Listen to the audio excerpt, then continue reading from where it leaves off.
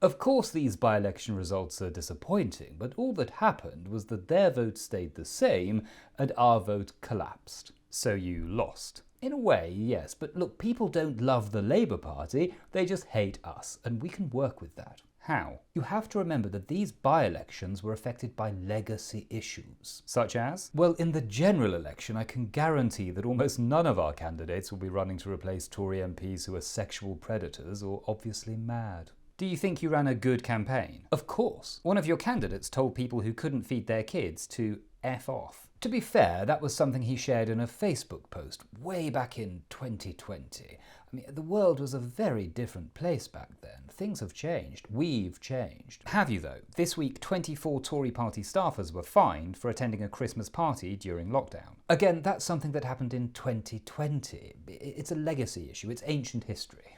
I bet most people can't remember what they were doing at Christmas 3 years ago. I bet a lot of people can. Look, we're not interested in the past. We're focused on delivering for the future. How much of a future do you expect to have? At least a few months, and a lot more if we can incentivise our voters to turn out. Why do you think they didn't this week? I think they just haven't had enough time to absorb how happy they are about the cancellation of HS2, right? And just because the voters of Tamworth and Mid Bedfordshire were not as annoyed about a clean air scheme in London as we'd hoped, that doesn't mean we'll change our strategy. What strategy is that? Be mean to the Green.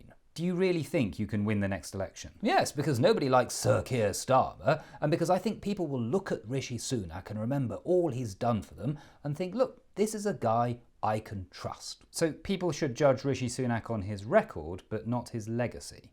Yes. What about the Eat Out to Help Out scheme? That was heavily criticised at the COVID inquiry this week.